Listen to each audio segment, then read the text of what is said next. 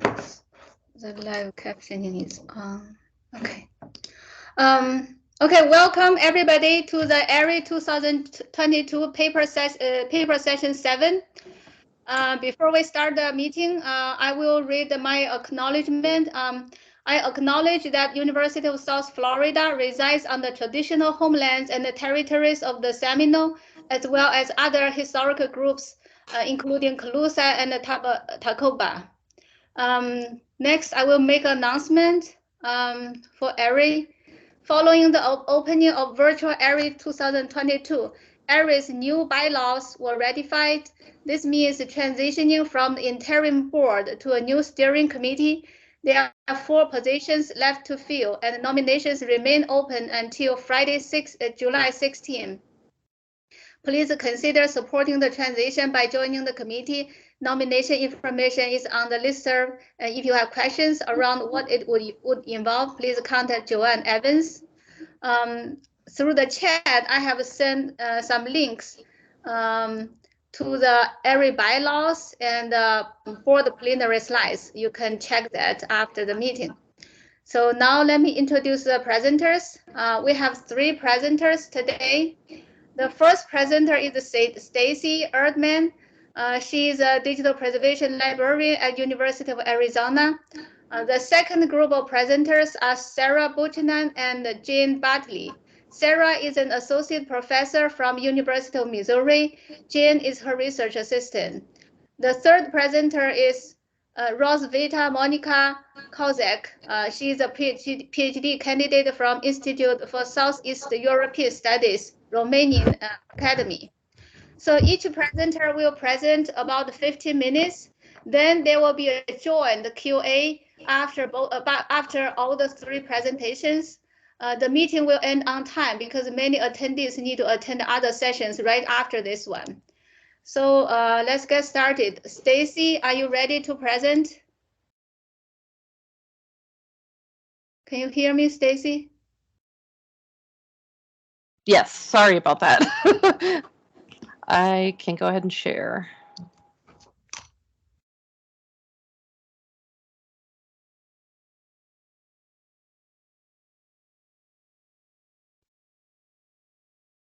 Oops. I'm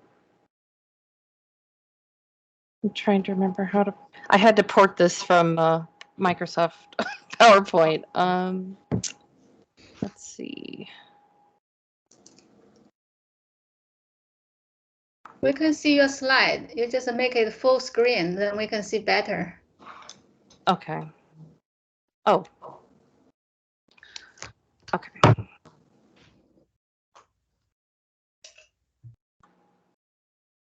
So hello, everybody. Thanks for joining the session today. My name is Stacey Erdman. I'm the Digital Preservation Librarian at the University of Arizona and the Principal Investigator for the Digital POWRR Peer Assessment Program grant. I'm joining you today to share some information on this new grant program and to share a bit about what we hope to contribute to the training landscape for the archives and digital preservation fields.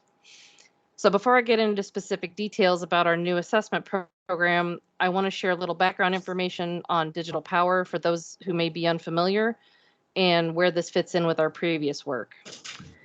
Digital POWRR project began in 2012 as an Institute of Museum and Library Services funded study on how smaller and lesser resource success implement digital preservation practices locally. POWRR for preserving digital objects with restricted resources. This grant brought 5 different colleges and universities in Illinois, Northern Illinois University, Illinois State University, Chicago State University, Western Illinois University, and Wesleyan College to carry out the research and testing of a number of digital preservation tools and services. The project team worked with an advisory board to determine which tools and services to subject to intensive testing at local institutions. The team also conducted a deep dive into the numerous available digital preservation tool registries and combined those tool lists to create the POWRR tool grid, which compared the functionality of tools and services in a highly visual way. Aside from the tool grid, the grant had other outputs, including outreach materials that can be downloaded and tailored to local contexts, a white paper which summarized all testing and research activities, and a day-long workshop that distilled and disseminated research results to other working professionals. The team put on about a half a dozen of those workshops for free, and the response was so encouraging that NIU applied for a grant from the National Endowment for the Humanities to improve the workshop and put more on. So that grant was successfully awarded, and the team put on several dozen more free workshops around the United States between 2015 and 2017. The grant also provided POWRR with money to fund travel scholarships for those in need. Feedback from workshop attendees indicated that people wanted a longer form, more intensive workshop with even more hands-on time to work with technical tools. So the POWRR team crafted a grant proposal to the IMLS for a series of 2-day-long professional institutes.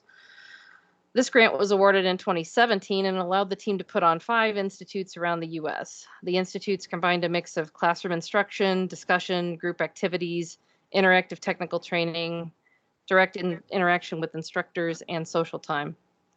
All attendees were also required to complete a written document called a POWRR plan. This plan gently introduced them to assessment concepts and procedures without subjecting them to a more lengthy process. All attendees received a half-hour one-on-one consultation with an instructor to discuss their plans as well. During the consultation, the instructor helped the attendees brainstorm both short and long-term goals for local digital preservation activities. Participants later reported back to POWRR staff that they were able to make significant progress with their digital preservation goals due to their participation in the Institute and because of the action-oriented nature of these plans. POWRR took a bit of a break during the early pandemic, but was recently awarded 2 new grants. One to continue putting on more Institute training events, and the second is the peer assessment program, which I'm here to discuss today.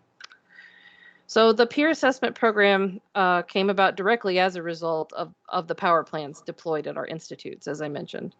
We were also puzzling with the question of how to ensure that the training that we provide has actual lasting effects. We performed follow-ups with institute attendees for evaluative purposes, but we really had no way to monitor their activities beyond 6 months post-attendance. The solution to this seemed to be to design a longer-term training program so that we could provide the necessary resources and support for participants as they fully assess their digital collections and make and deploy a plan for improving their stewardship. Each training phase of the program runs for roughly 1 year and includes formal curricular components for 3 topical areas. We provide an introduction to digital preservation concepts, an introduction to assessment practices and procedures, and technology demos and walkthroughs. We will have 36 total participants in the program spread across the 2 training phases. Each training phase has 3 small cohorts of 6 members, each led by a cohort facilitator. Participants are paid a $3,000 stipend to participate in and complete the training. Their employers are also each paid a small $870 technology startup fee, which is intended to be spent on purchases that help participants implement their assessment plans. This could be for computer hardware or software, subscriptions, further specialized training, or basically anything they can tie to creating or improving a digital preservation program. So this is the rough timeline for the grant, and it shows some of the major activities that have taken place as well as upcoming activities. I wanted to point out that this grant was initially supposed to run from 2021 to 2024. However, I recently changed jobs and have had to go through the arduous process of transferring the grant between institutions. I was given the chance to ask for an extension, so we're currently adjusting our timelines in light of this news. So the project formally kicked off in August 2021 with curriculum development and planning work. We began recruiting participants for the first training phase in the fall. We began our first training phase in February of this year with our cohort orientations.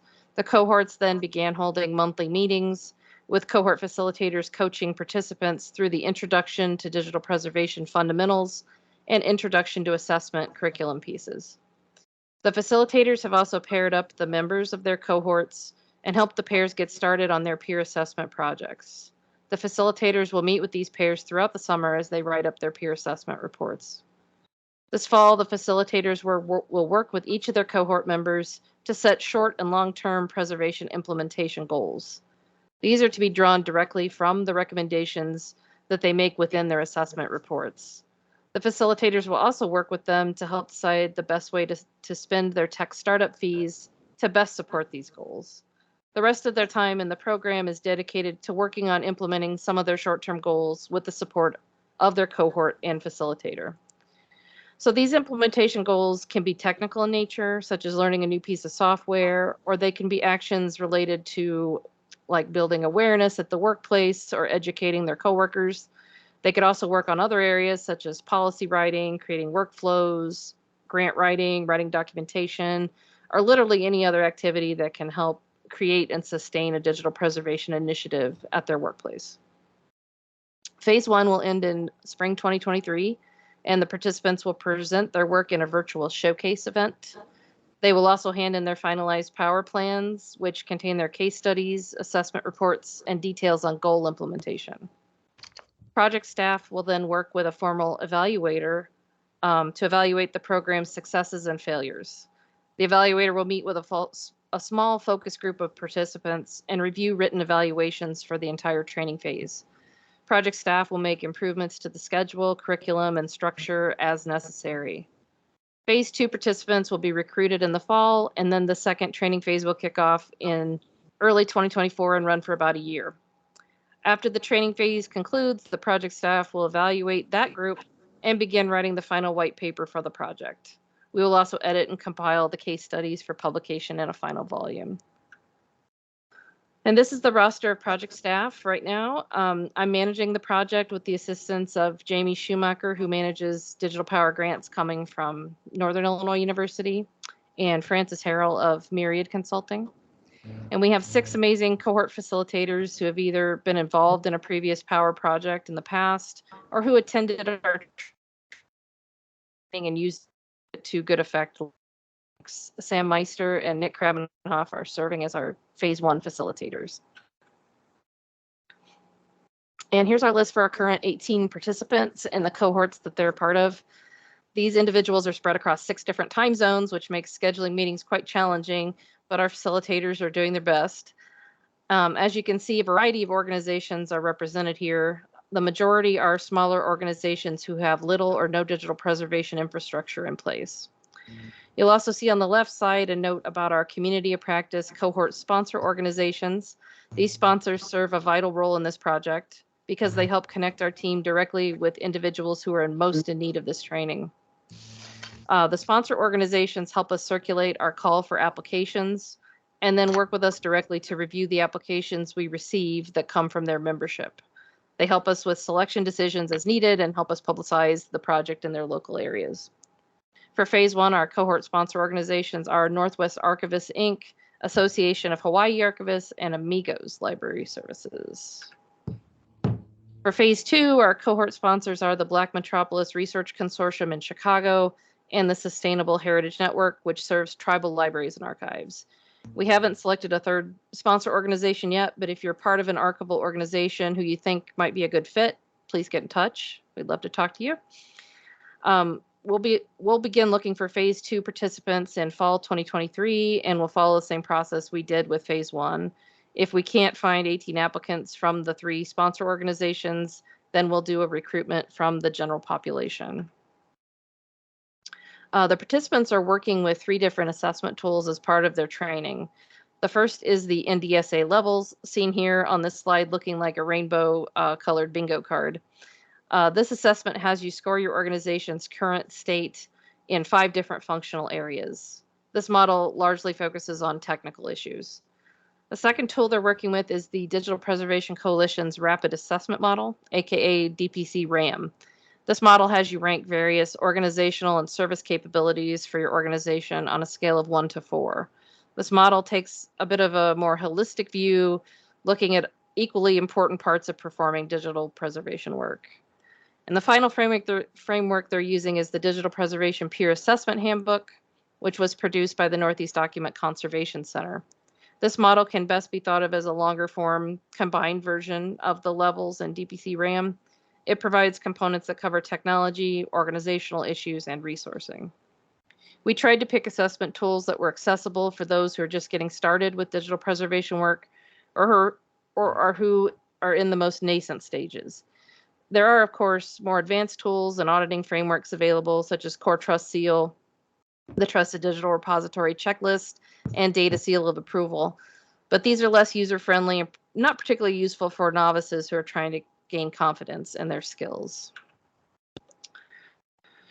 So we gave all of the participants a pre-test at the start of the program to help us understand their knowledge baseline in several areas. We thought this would help us tailor their training and also be able to measure how much knowledge is gained by participating in the program. So as you can see in this pie chart, nearly 58% of our participants have zero experience working with digital preservation tools and services. Only 10% have relevant working experience in this area. We also asked them about existing workflows that they have which contain any kind of digital preservation function, and just over a half had a workflow containing some aspect of preservation.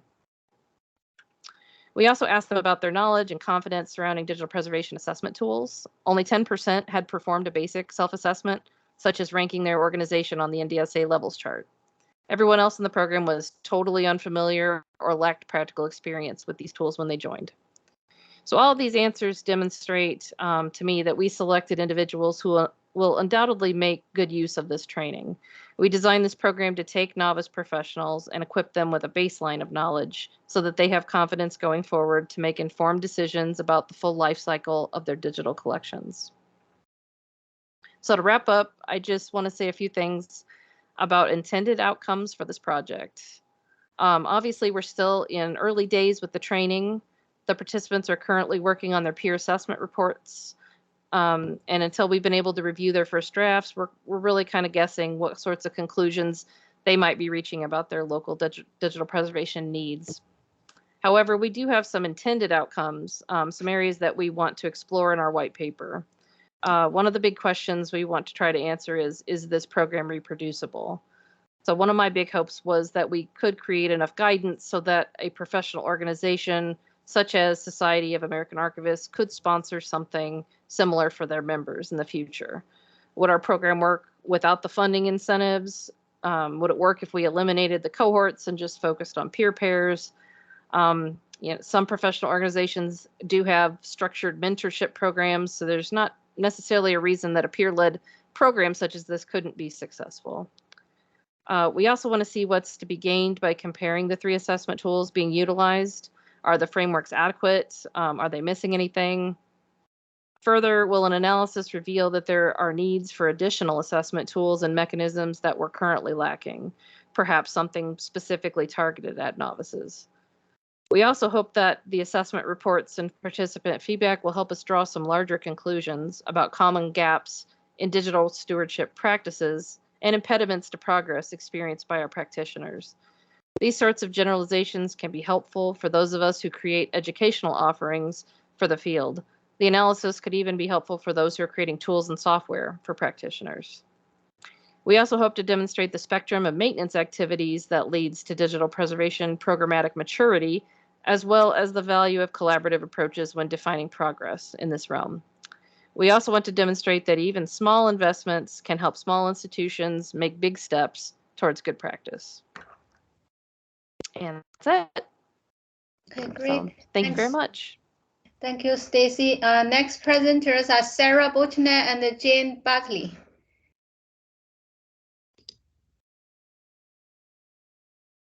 Great. Thank you so much, Jinfeng. And Yes. I will go ahead and start sharing my screen, Stacey, once you can.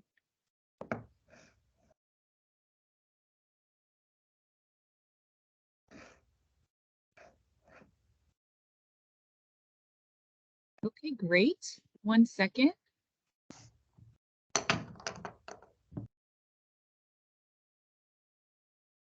Okay, everybody can see some slides, right? Yes. Awesome. Thank you, everybody, for being here. It's really a pleasure to be presenting this year at AERI, the virtual AERI 2022. I am Dr. Sarah Buchanan, and I'm joined today by audio by Jane Bartley, who you will meet in a second. So here's an overview of what we'll be talking about today together. We are excited also to be sharing time today with Stacey and Rozvita and our moderator, 𝐏𝐚𝐻𝐸. So thank you all for being here.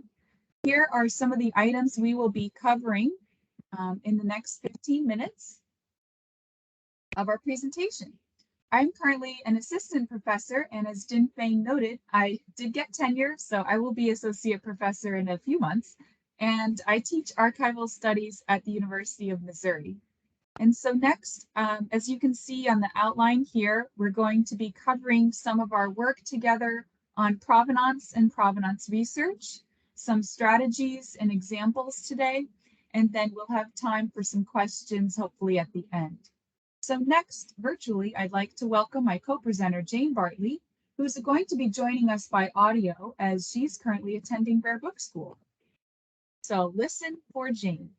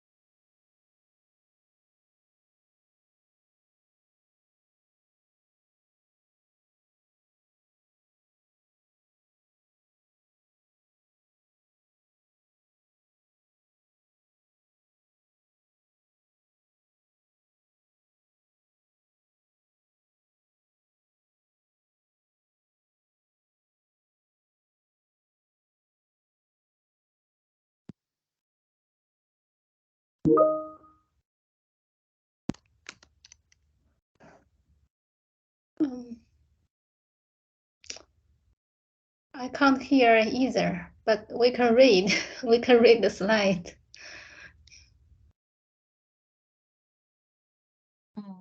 Okay, I turned up the volume. I will keep going.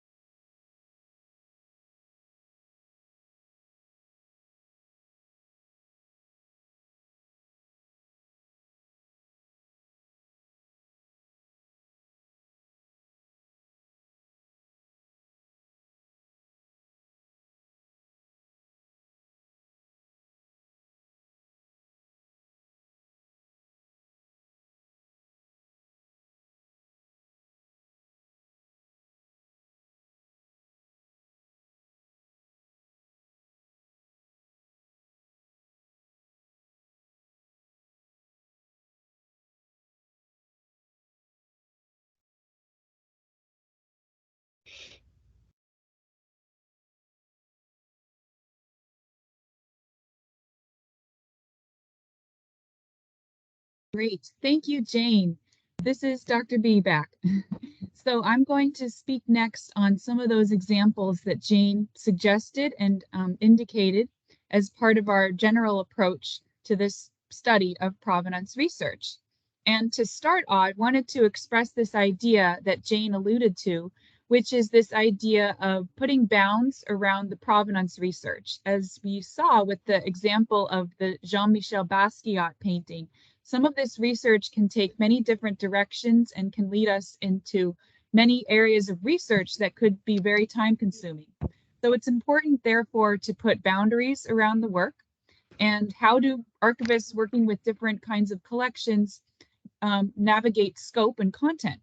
Well, for example, when one archivist that we talked with was handed an object that was new to them, they followed a process that you can see here. If this was part of their permanent collection, and they generally took an unstructured approach to starting their research. They did start their research in the museum archives, so they went to the local and closest area first, and then from there kind of followed the direction wherever it would lead. As you can see by the quote, they went online, they went to other different places following the trail until it dries up.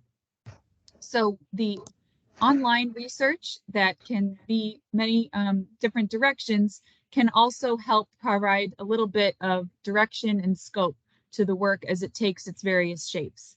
And it can help plan, and it can help problem solve, and even put boundaries around the kinds of information that they're going to find out. All of the information is interesting and perhaps fascinating and things we didn't know before, but the idea is to remember the purpose of why the provenance research is being done. It's usually to put an object on exhibition or to negotiate a sale, and so there are purposes that need to be met for doing the work. There's also an important role for in-house manuals and for tracking your own personal information management. So as you can see from this other archivist we talked with, number 10, whenever they needed to access their manual or transform their many various data points into something intelligible and almost storytelling-like, they went to their own in-house tracking system and they almost said, you know, thank you, here it is. It's rather easy to do, but I look it up every time because the process can be very similar from work to work, but also it's important to be consistent. And that's the idea with this example. So next, I'm going to illustrate 3 of the different examples that you can read a little bit more about in our abstract, and these will go pretty quickly. So as you can see by the blue graph over here, we talk about provenance research in terms of stages. And one of the important stages that we're talking about first is planning. And as part of your work as being an archivist, perhaps you've done provenance research at the beginning of the workflow, or perhaps you've done some legacy work and you're going back to an object many decades later. So this idea is about negotiating the timing with archival workflows against all the other activities that an archivist does, like arrangement and description and digitizing. When does provenance research happen? So provenance can be a very flexible idea. Usually it should happen at the beginning, but we know that it always doesn't. And part of the process of description, as you know, and as our moderator has written about, Dr. New, the assigned place in an EAD structured finding aid is over in the acquisitions info metadata field. But as we've seen through our discussions, it's not always limited to that field, and you'll find provenance information in the scope and content, among other fields like the donation and the custodial history. So this also includes issues related to collections being merged with another collection, repositories changing their names, and all the finding aids needing to be updated to reflect that update, and also issues about repositories merging and community archives working with institutional academic archives, and all of that becomes part of the custodial and donation history that at least deserves a sentence or 2 in the finding aid. Example number 2 here moves into the next stage of one of our approaches to describing the work, and that is about documenting your process. documenting all accessible information. We mentioned this up front in Jane's section there, when she said that there are many different data points. For the Basquiat research, she was collecting information on when this typeface was released and at what point FedEx was using that typeface for the boxes that were distributed and that might have been accessible at the time. So those are very interesting data points, but they're only useful once they're put together. So as you can see from our participant number 4, I'll read from them. What I'm trying to do with this regional collection is, like, anytime I add something new to my own notes that's verified, I immediately put that into the database. She says, I might not be finished, I still have questions, but yes, whenever I feel good about the information, I put it in so that, and here's the if I get hit by a bus example. This did come up because sometimes, as you all know from your note-taking strategies, they can be very idiosyncratic, very personal. So it's important to not let too much time go by between your note-taking and that official recording into the database, which is flexible and mutable and can be changed too, even though it's considered part of the official institutional record. And thirdly, our last strategy here is expands on this idea about research rabbit holes, and it's this larger issue of significance. One of our interviewees, P12, expressed the idea that while the World War II era Nazi-looted art issue has taken root globally, in terms of multiple countries this year and in recent years moving to restitute items and justly compensate family heirs, in America and even beyond our NERA, there is much more yet to be done with other categories of collection items. For example, other kinds of antiquities and other kinds of Native American art collections that we take as a focus. Even coordination of digitization efforts, especially around auction catalogs and related core resources, would greatly improve museums' speed in responding to calls for actionable and transparent provenance research results that often arise from the community. And here are 2 examples of that, touching on the vastness of history and facts embedded in artifacts and archives. And in the quote from P12, she's talking about looking at the particular history of a nation, not only today, but what that country used to be in the 1800s. You run across a lot of useful stuff because at some point everything's important.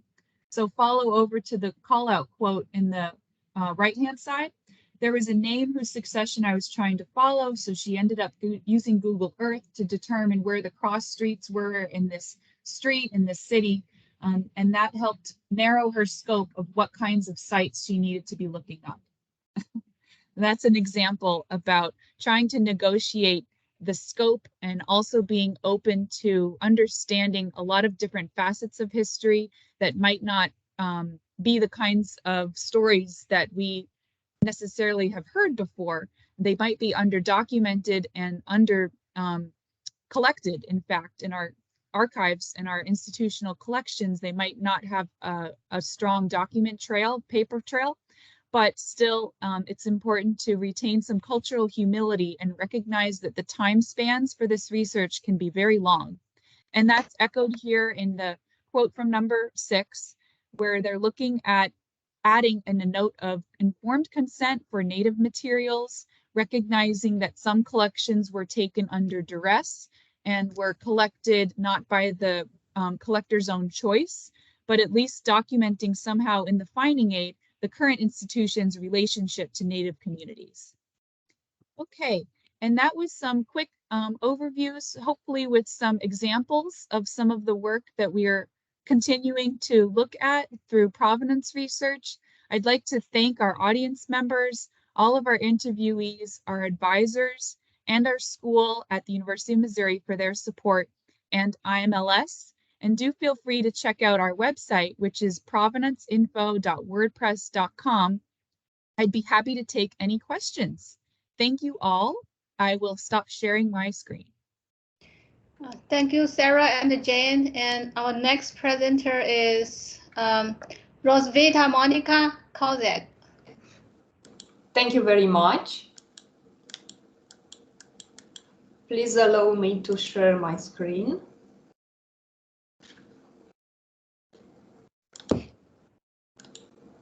Is it okay? Is it okay? Yeah, sure. Yeah, but I cannot see your slides yet. Yeah. Now? No, I don't see the slides.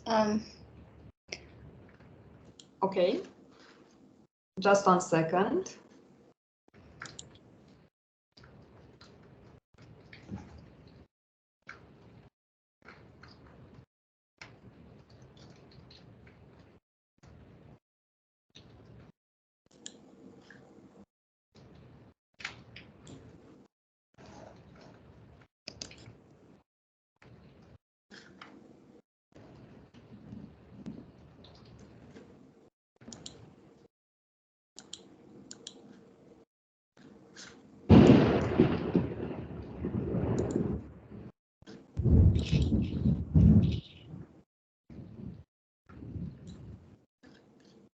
Is it okay now? No. How did you share? So, if you are not familiar with Teams, I have opened the share tray. see, yeah, you click And share. Oh, yeah. Now, yeah. Now we can see. We can see. Okay, and now I'm sharing my my presentation. Can you see it now? Yes, yes. Thank you very much. I'm Monica, and I'm going to speak about Father Vasile Radu, the first Romanian scholar of Hebrew and Christian Arabic studies, as revealed by archival material. Father Vasile Radu was the first Romanian scholar of Hebrew and Christian Arabic studies, editor and translator of the Bible and Christian Arabic manuscripts of the 17th century. This presentation highlights the relevance of the archival material that I recently discovered for the research of Father Vasile Radu's works as a pioneer of Oriental studies in Romania and Eastern Europe in general. Vasile Radu was born in 1887 in Panciu, Vrancea County, a region in Moldova in northeast Romania. He obtained in 1921 his PhD in theology from the Faculty of Theology in Bucharest in the domain of the exegesis of the Old and New Testaments. He pursued his education in Paris at École Pratique des Hautes Études and the Catholic University between 1921 and 1927. At the time he was superior of the Romanian Orthodox Church in Paris, he studied Latin, Hebrew, Syrian, Greek, Coptic, and Latin with the most scholarly professors of Paris: René Graffin, Jean Perrier, Meyer Lambert, Jean Touzard, Adrien Barthélemy, and others. In his formative years, he also became proficient in German, French, English, Russian, and modern Greek. During his studies in Paris, he had access to the academic publications of the time in the fields of Jewish and Arabic studies, and it is there that he prepared for publication a good part of his manuscript editions and French translations of Oriental works. He became the first Romanian Orientalist with in-depth studies in the field of Eastern studies and an interest for the Christian Arabic culture of Greater Syria under the Ottomans. For my PhD program with the Institute for Southeast European Studies of the Romanian Academy in Bucharest, under the supervision of Dr. Ioana Feodorov, I have searched Romanian archives to uncover information about Vasile Radu's life and academic achievements. I located so far archival material related to Radu in 3 major archives: the National Archives of Romania in Iași, the Archives of the Romanian Broadcasting Corporation, and the Archives of the Holy Synod of the Romanian Orthodox Church, both in Bucharest. The investigation and the research of these documents have revealed his learning steps and the editing and translation methodologies that he devised, a pioneering work in the Oriental studies of Romania. I have found 3 files having the numbers 1170 from 1927, 1167 from 1927, and 1168 also from 1927. In one of these files, there is an autobiography a memorandum of titles, studies and works addressed by him from Paris to the rector of the University of Iași, together with a job application for the newly founded chair of theology of the University of Chișinău. This document is held by the archives of the University Alexandru Ioan Cuza in Iași, the oldest and largest academic institution of Moldavia. It was here that, almost a century ago, the foundation of the Faculty of Theology at the University of Chișinău was prepared. Father Vasile Radu, while preparing his return home from Paris, applied for a post as a professor of Oriental languages at this faculty. The autobiography is preserved in the file number 1168 from 1927 and covers 263 files in his handwriting bearing his signature. This text provides details about his French professors,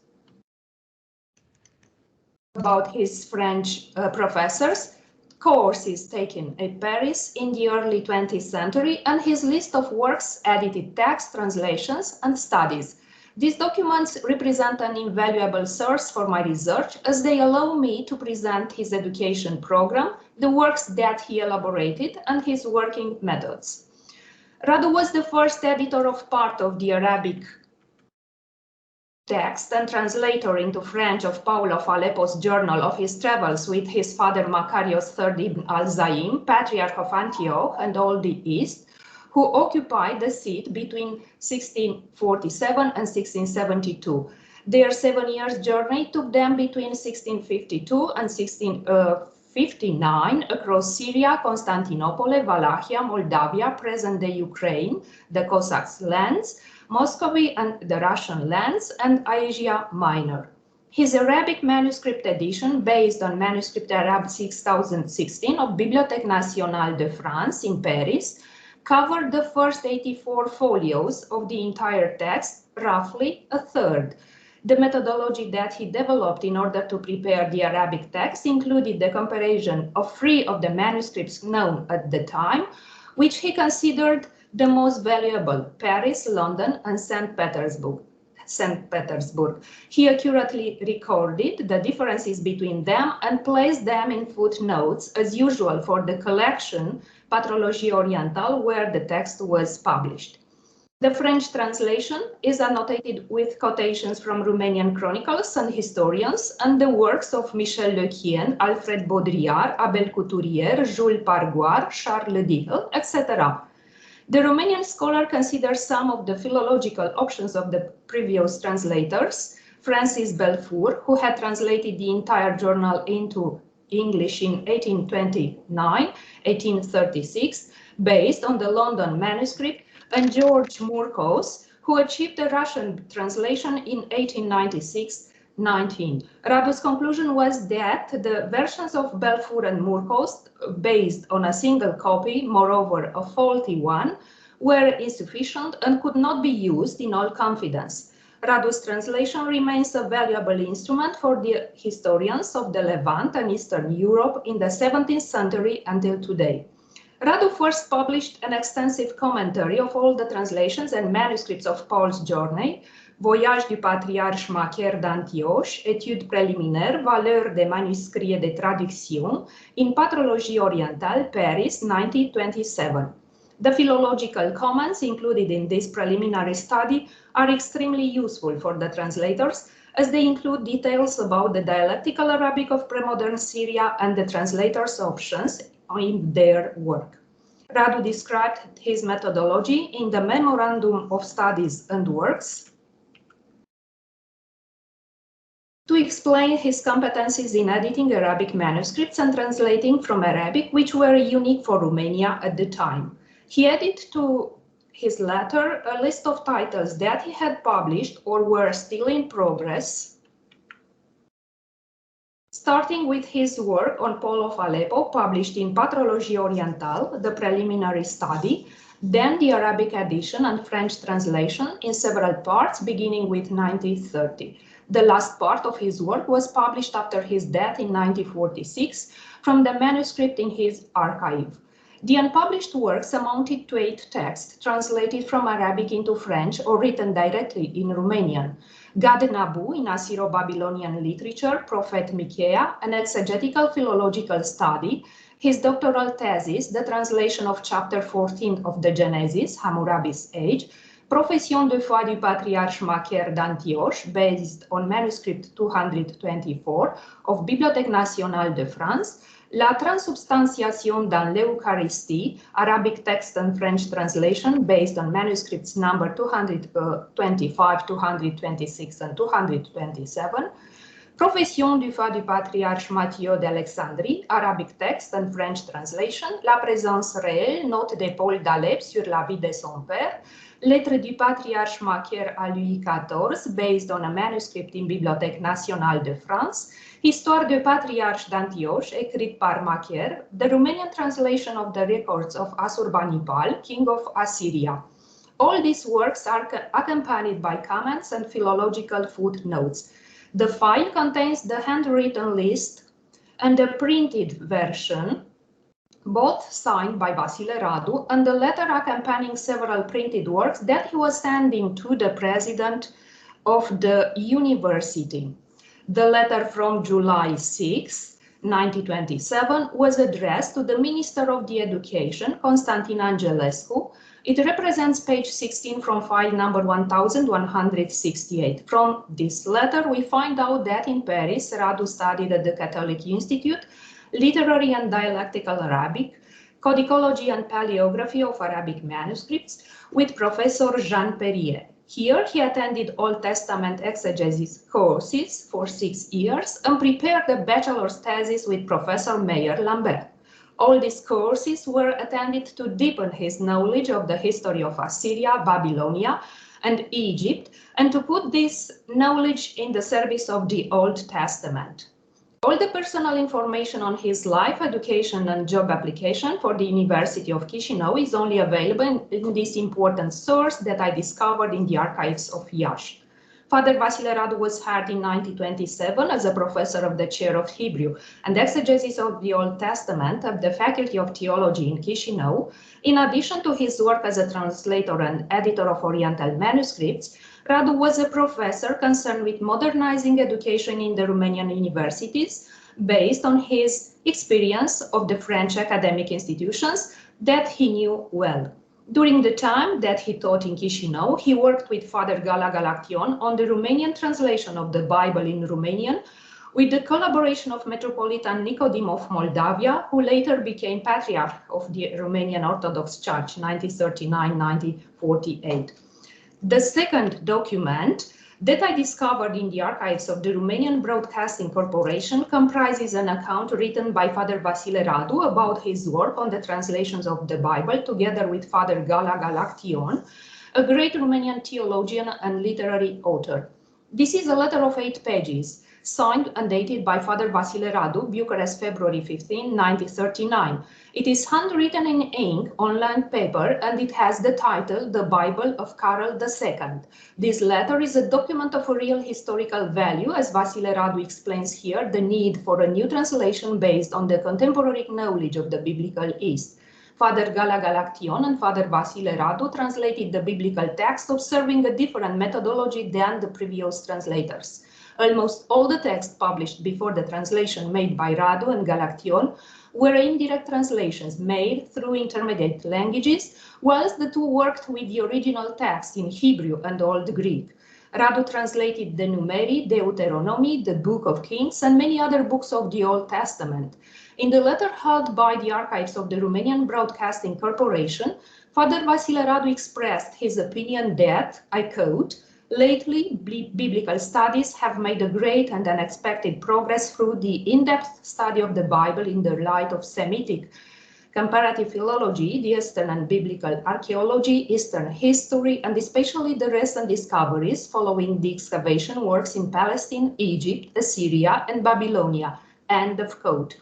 This document reveals the awakening of the Romanian academic circles to the new developments in biblical studies in the Western world and the firm intention of a decisive step forward in preparing scientifically based Romanian translations of the biblical text. The third collection of documents that originate in the archive of the Holy Synod in Bucharest comprise two type pages addressed to the two translators by Constantin Băicuian, the secretary of the Patriarch Miron Cristea. They refer to the important project that was being developed by Father Vasile Radu and Father 𝐀𝐻𝐬𝐿 in progress for a long time. They provide information on the administrative part of this translation and publication project financed by the King of Romania, Carol II. Besides the technical details in the letters, there are also comments on the progress of the joint effort of the two scholars. Father Vasile Radu's Oriental works are more numerous than they are reflected in the archival documents found so far. This research continues to unfold the other chapters of his extensive studies and academic preoccupations. For instance, Radu wrote about the Church of St. Spiridon in Bucharest, which was given by Prince Constantin Mavrocordat in 1746 as a metochion to the Church of Antioch at the request of Patriarch Sylvester of Antioch, who traveled for a long time in Moldavia and Wallachia and printed Arabic liturgical books for his Syrian flock. There was an icon here painted by Patriarch Sylvester, which Father Vasile Radu described in his article, The St. Spiridon Monastery and the Patriarch Sylvester of Antioch, published in the Romanian Historical Magazine in 1933.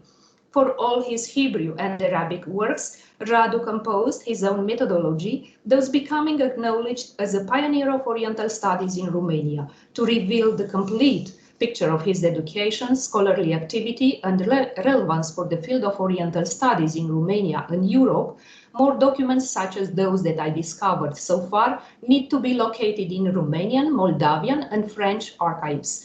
This is one of my main tasks as I proceed with the preparation of my PhD thesis. I thank you for your kind attention. Great. Thanks, Monica. Now it's a QA time. Anybody has questions for the three presenters?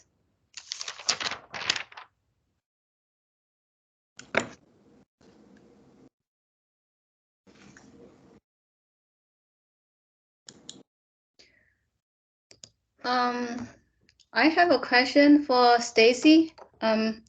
If I remember correctly, I saw on your slide you said in your participants, about 50% of them didn't have any experience in preserving digital archives.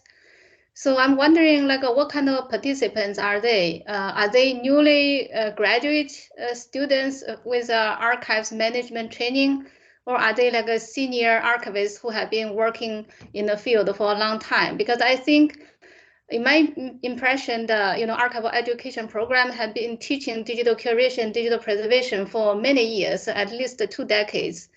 So it's surprising to see that many of the participants didn't have any experience in digital preservation. Yeah, that's a great question. And I don't have like figures like that exactly speak to that, but I just kind of based on my knowledge of the 18 participants we have right now, I would say that most of them have been in the field probably at least 5 to 10 years. Like, I don't think that we have any like new graduates. So a lot of them, are a little bit further removed from their graduate education. And I think for some of them, it's just not something that they pursued if it was available in their programs. Like, they did not expect to have these responsibilities as part of their work, or maybe they've changed jobs and been given these responsibilities.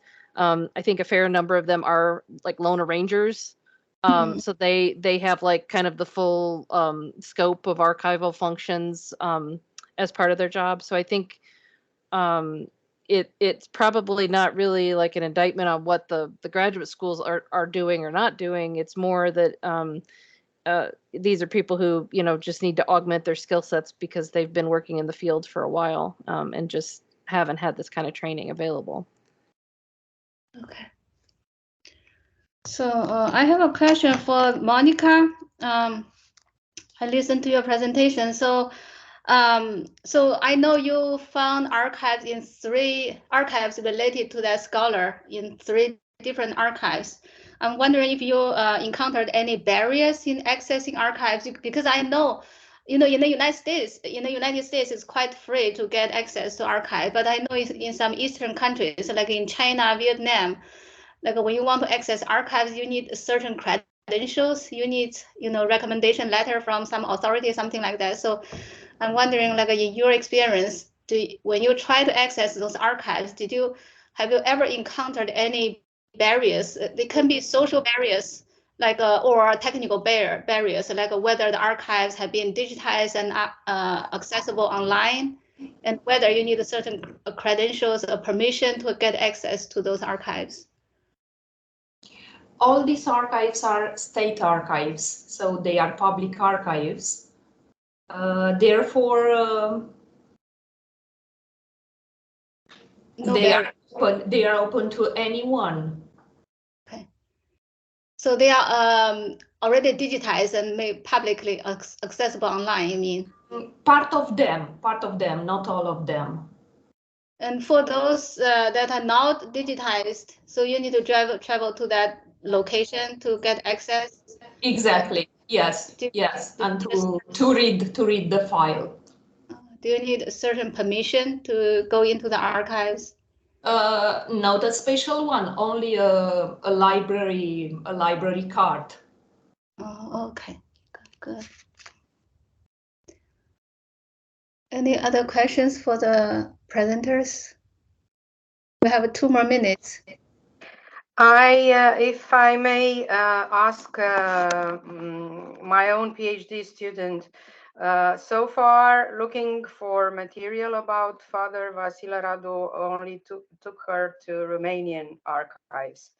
What are her intentions to travel? Because this person worked a lot in present-day Moldavia, Republic of Moldavia, which is not in Romania anymore. So, and also in Paris. So looking for archives about certain individuals takes you outside your own country. So Monica, what are your intentions next? Definitely to see the archives in Paris, to see the archives in Chișinău, because Father Vasile Radu was a professor of theology at the University of Chișinău, and these are the priorities. Okay. So is your university going to fund your travel to Paris and other countries, or you need to pay by yourself? You say you are going to access archives in Paris about this, related to this scholar. So you need to travel to Paris. So is your university? First of all, I try to see if I can find something online in the French archives. Oh, okay. Oh, online. Okay, I see. And I may add that she is having sort of a stipendium, a monthly, like a salary or contribution from the School of Doctoral Studies, all through her 3 years of PhD studies. So this may help. Okay, great. Thank you. It's on time.